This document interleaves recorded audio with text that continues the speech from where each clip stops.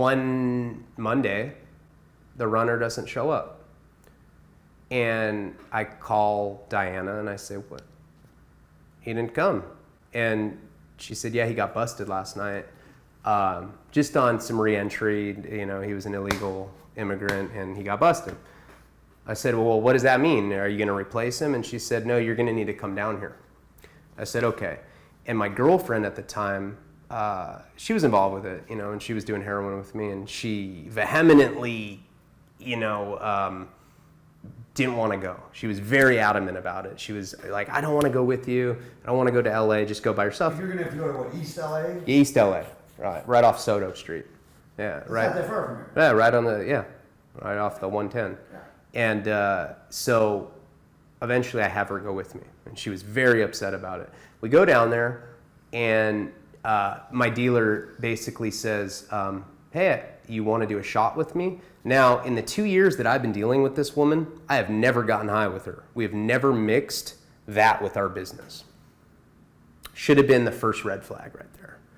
And I ended up getting high with her, and she told me I needed to go. Not a shot of liquor. No, a shot of heroin. And she told me she wanted me to go in the car for some reason. She didn't want the new runner to see me. And I was like, it was just the whole thing didn't add up.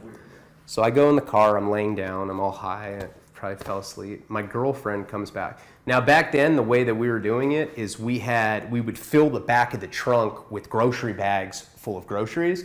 And the bag with the bag with the dope would be, those things you can get at head shops that are it has like the false bottoms, but we had custom ones made from the people that they were getting it from in Mexico, and they were Iams pet food. Oh. So you could fit a pound in each can of Iams pet food. So I'd have the whole trunk would be full of groceries, and then one Petco bag full of dog toys, bones, and the bottom, and then the false bottom with that. So usually the runners would we'd exchange, we'd put the money in one, they'd put the dope in the other, and we'd exchange bags. So my girlfriend comes out with the bag, puts it in the trunk, and I drive away. We get on, I think the 5. I think we're on the 5. That 5 station in Santa Barbara. Yeah, I think we're on the 5, I want to say. And a sheriff gets behind us. Lights on. I say, we're busted. And she goes, how do you know that? I say, because sheriffs don't fucking pull you over on the freeway. That would be CHP. Right. If a sheriff's behind you, we're busted. And she's freaking out. Oh my God. I'm like, just don't say anything. We'll get a lawyer. We have hundreds of thousands of dollars. Doesn't matter. We'll get an attorney. Just don't open your mouth. She said, okay. They pull us over, and I forget, I was high back then, so my memory's a little fragmentary, but somehow they had asked to search the car, and I had contested it. I said no. And they said they were going to get a search warrant, and they were going to do it anyway, and I'm thinking, I'm like, you know what, they're probably not going to find it. They didn't have dogs. I forget what the reason was. There was some reason that they were... Only one car pulled you over. Only one car. So it wasn't like a big sting. Well. Okay. Yeah, I mean... Flat thickness. So I go, you know what? Go ahead and search the car. Fuck it, right? I'm like, I don't have anything to hide. They go right to the trunk. They go right to the Iams cam. They unscrew it. Pull out guns. Get on the ground. All right. So they arrest us. We don't say anything to them. At least I thought she didn't say anything at the time, right? So we get to the East LA Sheriff's Department, and I'm detained there. Boyle Heights. Yeah, exactly. It is in Boyle Heights. And so I'm sitting there, and they come up to me and they say, hey, if you sign a confession that says that this was your heroin and that you were going to distribute it, not saying where I got it from, not saying where it was going, just that it's mine and there was an intent to sell it, that they wouldn't charge my girlfriend. And I said, sure. If you let her go, I'll sign it. This is all happened right there at the station. Yeah. No lawyers. No lawyers.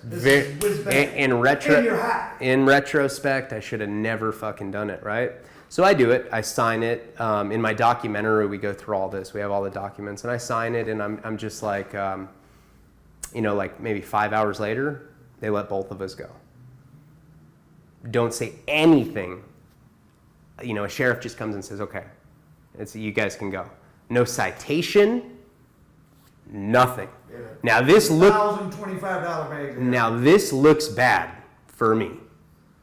I just had a half pound of heroin in my trunk. And by the way, I usually get a pound, but for whatever reason, she only gave me a half pound that. I find out later it's because she was trying to help me out. She was trying to put me under the guidelines so that I wouldn't get the 10. So I don't know what's going on. And I don't want to tell people because it looks like I'm a fucking rat. Why are the cops letting me go? I didn't know anything about federal. There was nothing federal mentioned at this point.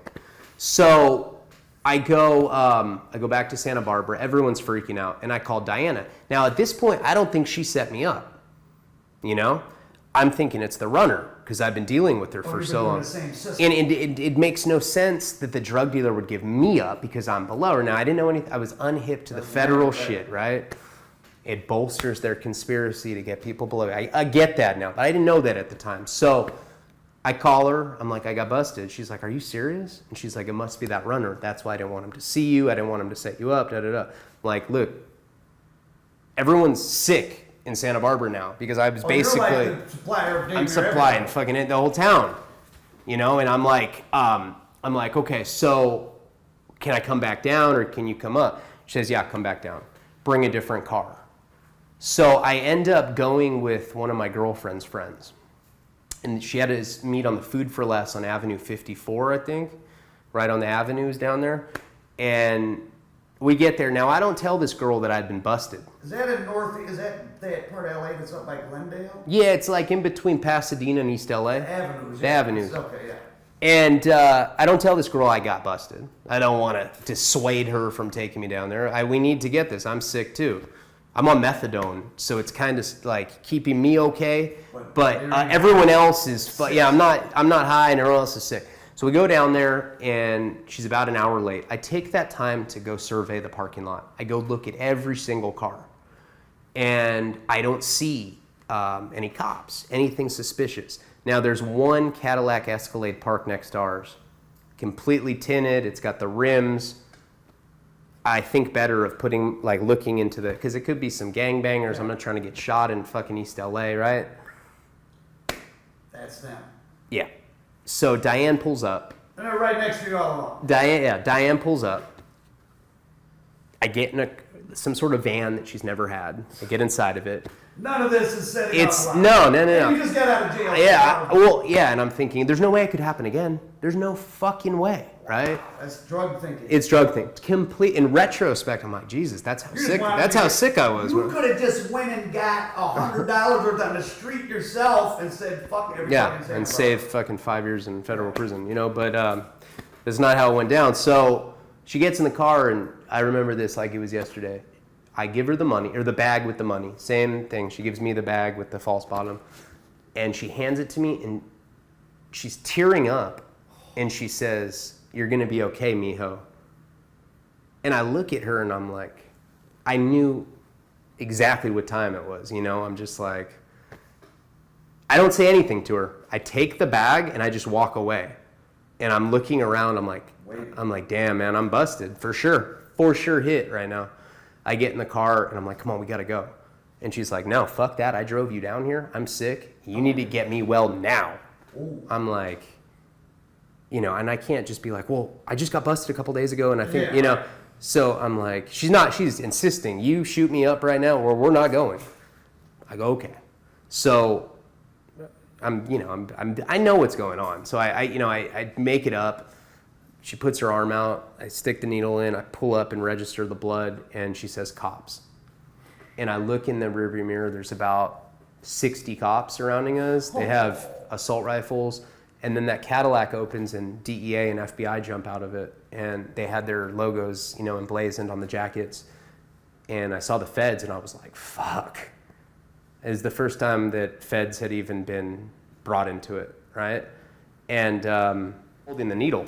So I get out of the car. They're like, drop the needle. I had to get on my knees. I drop it, tackle me, and they arrest me. I tell this girl, I say, don't say anything. I'll take full ownership of it. I'll say that you didn't know it was in the car. She says, okay. So now this time the FBI and DEA escort us to the same holding station as before. And they're trying to talk to us, and we're not saying anything to them. I never talked to the feds. I had only signed that confession with the state. So I never made any statement one way or the other to the feds. And they brought me to the station. They asked me if I wanted to do an interview. I said I declined. I said I need an attorney. I said, okay. 6 hours later, they let us both go. Again, how did you know how to work the criminal justice system? Would someone train you? Not work it, but like, just to be very calm about it and say, I decline, please get me a lawyer. Like, when I was in Florida, really quick, not to get too far off track, I got arrested one time with 2 balloons full of heroin when I was about 18 or 19. Cop said, why do you have 2 balloons? You want to sell one so you can do the other one for free, right? Just tell me the truth and I'm not going to get you in trouble. So I did possession with intent to sell. I learned right there and then. Probation in Florida. No. They gave me 60 days in jail and just cut me loose with no paper or anything. But so they arrest me to let me go again. And so now I'm like, okay, now I really look like I'm snitching or working with the feds or, whatever. And I end up meeting another connection right around, like in that time, and I just start doing it all over again. So, what, a week passes or something? No. A couple days? 4 months pass. Oh, they 4 months pass, no one's contacted. I don't hear a fucking thing. So I have no idea what's going on. I think this is in my delusional drug addict mind. I'm like, it had to be some sort of search and seizure issue. So they already threw it out, even though you didn't go to court. It invalidated the whole thing. Cool. You believed what you wanted. I called a couple attorneys. They said the same shit on consultations. They're like, yeah, they let you go. That's weird. Did you tell them anything? I'm like, no. You're not working for them? No. They just let me go. About 4 months later, I remember this very clearly. I think it was the season premiere of Lost. And I was having a little get together at my house. I was just getting ready to open a dispensary. I had all the money. I had already gotten the DBA. I had already registered to get my caregiver thing going. I was going to start a collective in Santa Barbara. 2010? No, this is 2009 now. Okay.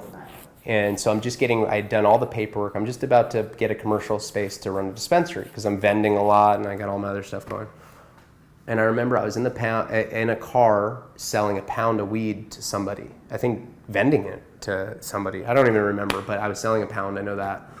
And I get a call on the first iPhone. This is an 09. I have the original iPhone block number, so I don't pick up. And they leave a message. And I remember I'm driving home. I'm in a great mood. I'm going to watch the Lost premiere. We have this get together at my house that I'm going back to. And I listen to the message and it goes, Ryan Leone, this is so-and-so from the Drug Enforcement Agency. You've been indicted with 2 counts on a federal heroin conspiracy charge. You're looking at 10 to life in federal prison. You can surrender or you can have your attorneys make surrender arrangements with the U.S. Marshals. But if you don't, like he's calm and then at the very end he kind of punctuates it. And if you don't, we'll kick your fucking door down. And we'll take everyone that's with you around, right? And I'm like, oh my God. I remember it was the most empty, it just completely deflated me. It ravaged me internally. And I went home and I remember I was crying and I had everyone leave and I told my girlfriend, I'm like, man, the feds indicted me. And she said, what do you want to do? We have enough money for you to run. And I said, no. I think I'm going to make a deal where if I turn myself in, they don't indict you. It's better to have you out here with my money, with our money, than both of us go to prison. And she said, don't do that. She's like, fuck that. Let's just run away and go to Mexico with the kind of money we have and we'll be fine. How much money did you have? Close to It had, $8 million or something? no. A couple $100,000. Couple $100,000, maybe $230 in cash. Not to mention all the lithographs. I owned like 3 or 4 cars. So up towards getting close to $500,000 in cash. With assets and stuff, yeah, maybe more than that, maybe $600,000-700,000 altogether. And so she tried to dissuade me. I go and I put Robert Sanger, Michael Jackson's attorney, on retainer, and he told me that he might be able to get it down to 5 years.